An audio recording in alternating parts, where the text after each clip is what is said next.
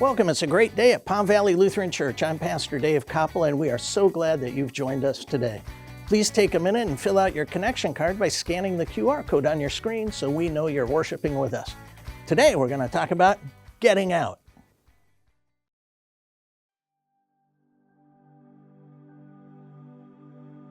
Our reading for today comes from Matthew chapter 14.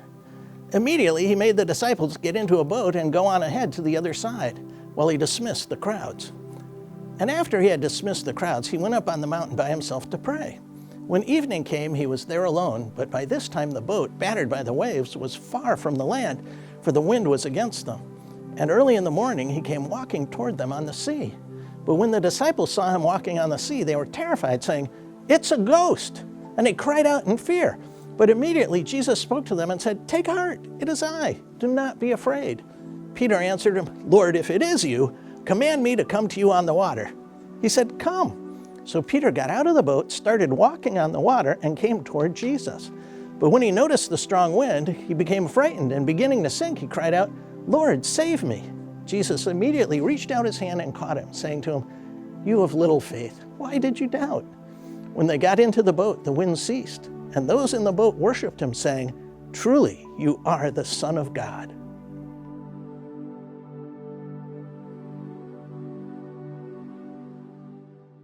Many years ago, I was in a situation on a catamaran on Lake Erie in a thunderstorm when I thought that I might not make it out alive. I'll tell you the whole story sometime, but as you can tell, I lived. And having quickly reviewed my life, which was actually kind of boring up to that point, I promised myself that I would have a more interesting life so I wouldn't someday as an old man look back and say, "Oh, I wish I had done this or that. I wish I had been more adventurous. I wish I had taken more chances." So I resolved to start doing all those things that will someday be fond memories or would at least leave interesting scars. I resolved to have a more interesting life. So I called a couple of friends, a local pastor, also named Dave, and my church custodian at that time, Gene, and I invited them to join me for the first step in my journey to build a bank of memories. I asked Gene and David if they'd like to try skydiving with me. Well, we went for training, and as it turned out, the weather got bad, so we weren't able to jump that day. We went back another day, but the weather quickly deteriorated again. Finally, it was the day after Thanksgiving, and we all had the day off, and it was cold. It was in the 30s, because this was in Pennsylvania. We got to the airstrip, and conditions were good enough to make the jump. So we climbed into the little Cessna 180, and we wedged ourselves in, and our pilot, Emil, who must have been close to 90 years old, opened up the throttle, took us down the frozen dirt and grass airstrip, and after bumping around for a moment, we were airborne in the cold November air. Well, in no time, we were traveling at about 120 miles per hour. We got to the right altitude, and the jump master threw a yellow streamer with a weight on the end out of the plane. And this way he could tell how strong the wind was and where we might drift. Well, once that came down, he opened the door wide. The wind rushed in. It was cold and it was so noisy, it was hard to hear anything. It felt like the nervous sweat on our faces and hands froze instantly. This was back in the day when you didn't have to do tandem jumps. You were on your own. And the jump master told Gene to get into position. The first command, "Get your feet out." Gene got into position. He sat in the doorway, his feet hanging out. The second command came, "Get out." And Gene put his left foot on a little post just below the outside of the door opening, and he grabbed hold of the strut that went from the fuselage to the wing, and he was hanging on right outside the plane. And the third command came, "Go!" And Gene flawlessly stepped to the right, let go of the strut, and dropped out of sight. And a moment later, I could see him floating down to earth under his Goliath canopy. Then it was my turn. I got into position, the jump master opened the door again, the wind rushed, my head spun. I got the first command, "Get your feet out," and I swung my feet out of the doorway. The only real danger at that point was accidentally falling out of the doorway of the plane. The second command, "Get out." I went to put my left foot on the little post, and I started to shift my weight to get up and out, and that's when it hit me. There's a world of difference between "get your feet out" and "get out." Because with "get your feet out," you're still in the airplane. If you have to, you can just pull your feet back in. But "get out" involves total commitment. Once you get out, you are not getting back in, period. In fact, I once asked, "What if you can't let go of the strut?" The jump master assured me with these words, "Our pilot can do things with this plane, things where nobody can hang on." Once you're out, you're out. And that's what I think it was like for Peter. Here it was a windy night on the Sea of Galilee, the boat battered by the waves, when all of a sudden Jesus came walking out to them on the water. And they're scared, they're terrified. And Jesus says, "Take heart, don't be afraid, it's me." And Peter said, "Yeah, if it's really you, then have me walk out to meet you." And Jesus said, "Okay, come on." And suddenly Peter had to go from get your feet out to get out. Now in Peter's case, he did get out. He did actually walk on water. But the wind kicked up again and he got frightened and he started to sink. And he yelled, "Lord, save me." And Jesus reached out and caught him. Get out, walk on water, take the risk. That's what Jesus calls us to do. And it's funny, it's almost part of what it is to be human, to take a risk, to try something new. Now, some of us go to greater extremes than others. Anna Taylor, on October 24th, 1901, Anna was the first person to go over Niagara Falls in a barrel and live. Evel Knievel jumped over practically everything on a motorcycle. Karl Wallenda, tightrope. That's too much risk-taking for most of us. You know what the last words of a redneck are? "Hey guys, watch this," or "Hey Bubba, hold my beer." We know that some risk-taking is just plain dumb. And yet some people, by their very nature, are risk-takers. Christopher Columbus was a risk-taker. Neil Armstrong was a risk-taker. Do you know what? There's a gene for risk-taking. There was a study published in Nature Genetics linking this risk-taking behavior with a gene that affects the body's response to the brain chemical dopamine. And the researchers found out that people with a gene for the D4 dopamine receptor were likelier to seek new experiences than people without this gene. Of course, we don't need scientific studies to tell us that some people by their very nature are greater risk takers than others. Common experience tells us that. But risk-taking behavior is a common part of human life. Get out, walk on water. Without people who try to walk on water, the world would never move forward. Nobody would ever get married if we took risk-taking out of life. It's like the story of the woman who's walking down the street when she hears a voice shout, "Stop!" And she stops and a piece of metal falls from the sky just in front of her, maybe debris from a satellite. If she had gone one step farther, she would have been killed. She looks around to find the person who saved her life. She doesn't see anyone. A few days later, she's about to cross the street. She hears the same voice, boom, "Stop!" And a car out of control zooms by in front of her, missing her by inches. She looks around again for the sound of the strange voice, but sees nobody. And this time she hears the voice again. "Do you know who I am?" "No, I don't," she answered. "I am your guardian angel," says the voice. "I am here to protect you from harm." "Oh yeah," she says. "Where were you when I got married?" All of us take risks. We would never have anything if we didn't. No new relationships would be formed. No new businesses would be started. No new homes would be built. Helen Keller got it right when she said, "Life is either a daring adventure or nothing." Wayne Gretzky put it this way, "You miss 100% of the shots you never take."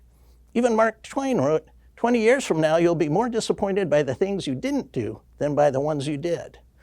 And the same thing is true for churches as it is for the individual. We have a need to get out and walk on water. Wouldn't it be terrible for us to look back 20 years from now and be disappointed by what we didn't try? Let me put it another way. Some years ago, when I was about 35 years old, I was at a pizza place taking a group of pastors out to lunch. Suddenly a man came in and asked if anyone had a brown car parked out front. I said, "I do." He said, "I'm sorry, but I just ran over your car." Ran it over? He had an 18-wheeler and he ran it over. Yeah, I mean, the car was flat. I think what happened was he knew he wouldn't be able to stop at the stoplight, so instead he pulled into a parking lot, and that's where my car happened to be parked. Now, fortunately, nobody was hurt. But long story short, I needed a new car. Now, we had weekly AA meetings at the church, and I knew some of the people who attended, and I knew one of them was a repo man. And the beauty of getting a repo car is that it wasn't repossessed because it wasn't taken care of or because it was a lemon. It was repossessed because the person didn't make their payments. So I went to see him and I told him I needed a car and I asked if he had any good ones. And he took me out behind his shop and he told me he had just the car for me, and he showed me a conservative black sedan. Why? Why would he show me a black sedan? Because that was his image of pastors and the church. Boring, not ostentatious, plain, unexciting. And he went on to tell me about the good mileage it gets and the safety features. Well, long story even shorter, I told him I had something a bit sportier in mind. And I left there with a red Pontiac Grand Am. And it was an awesome car. Oh my gosh, I loved that car. Honestly, It was very hard to keep that car to the speed limit. It just kept going faster and faster. It was too much fun. Now, let me tell you, people who are trying to sell a Honda Accord or a Ford Taurus are not surprised to find pastors looking at their merchandise, but sports car dealers are. Why? Now, I apologize if you own one, but Honda Accords and Ford Tauruses are slow and safe and practical and middle class. Grand Ams are fast, dangerous, wild, and thrilling, at least the way I drove mine, and the engine is tuned to a low growl. My question for you is this: is being a Christian more like driving an Accord or Taurus, or more like driving a sports car? Is a Christian life safe and sound, or dangerous and exciting? The common image of the church is pure Ford Taurus, slow, deliberate. It'll get you there, but it might take a while. It's not sporty or fun to drive. It's not known for going fast or sounding like a muscle car. But our task is to take the church out on the open road, give it the gas, and see what it'll do. Now, at Palm Valley, we have a heritage of taking risks boldly and trying new things to fulfill God's purposes. That's why the Palm family and the Swensons came here in the 1830s to a country called Texas. It wasn't to sit on their hands. It wasn't to be boring. It was to start a new adventure. That's why we started a church here 150 years ago. That's why we first built a log cabin and then later a wood frame building, and that's why we built the historic sanctuary in the 1890s. That's why even though we started with services in Swedish, we began services in English in the 1900s, and then we added Spanish services in this century. We revved up and changed with the times. That's why 20 or so years ago we built the Christian Life Center. That's why 6 years ago we built the back porch building to add even more space, not only for our congregation, but for the community. That's why we have Stephen Ministers and Grief Share and Water for Africa and the Alpha program and now a 5-day-a-week preschool to reach the community and beyond. That's why we took the plunge, took the risk, and shared our faith with others. That's our heritage. That's our background. That's what we're made of. Now in 2026, we just redid the steeple, we painted the sanctuary, we upgraded the sound and lights, the whole AV systems, and put in new big LED screens in the CLC. We made the place up to date and more welcoming. And that's also why we chose to focus on youth and children's ministry and small groups and excellent worship and congregational unity this year. Now, in 2026, are we going to be a Ford Taurus church or a Pontiac Grand Am church? Maybe it's time we took more risks for God. Maybe Jesus was just testing Simon Peter when he allowed him to jump out of the boat. Maybe this is why Jesus made Peter the leader of the tiny Christian fellowship after his ascension. He needed somebody willing to walk on water.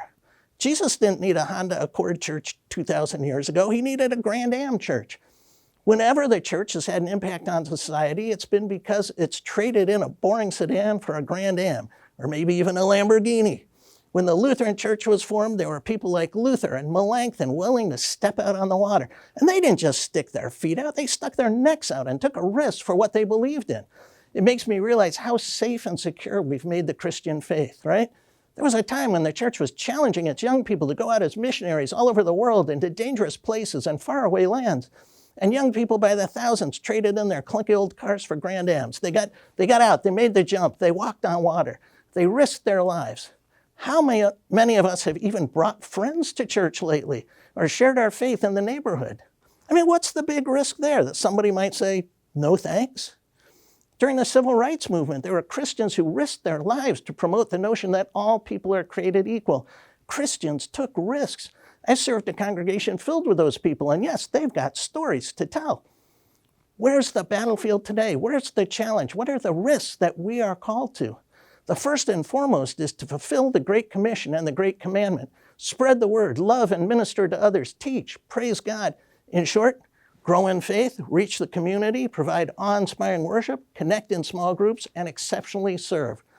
We know the challenges ahead of us. That's why we've been putting these building blocks in place, focusing on our purposes, building our children and youth programs, calling an associate pastor. It'll take work and prayers and faith and wisdom and resourcefulness and your contributions to carry it off. It'll take all of us to get out and walk on water. Now, I could hardly believe it when I read that a bridge was being built in the Sea of Galilee at Capernaum, at the site where Jesus walked on water 2,000 years ago. Not over the Sea of Galilee, the bridge is to be built in the sea, slightly submerged, so visitors walking on the bridge will have the illusion that they're walking on water like Jesus. The bridge won't have rails, but they said they're going to have lifeguards and rescue boats nearby in case of accident. The whole thing seems so goofy to me. There were no lifeguards and rescue boats nearby when Peter tried to make that famous walk. And there wasn't a slightly submerged bridge. Peter didn't need that, neither do we. All we need is to look ahead and see where we're going and keep our eyes on Jesus. Doesn't mean sometimes we won't feel like we're treading water. But it's only because as we attempt this great thing for God that we're going to experience how great God truly is. Only as we attempt to walk on water are we going to feel God's strong arms holding us up. When we attempt to do great things for God, we find that God is with us every step of the way. So get out, walk on water. Amen.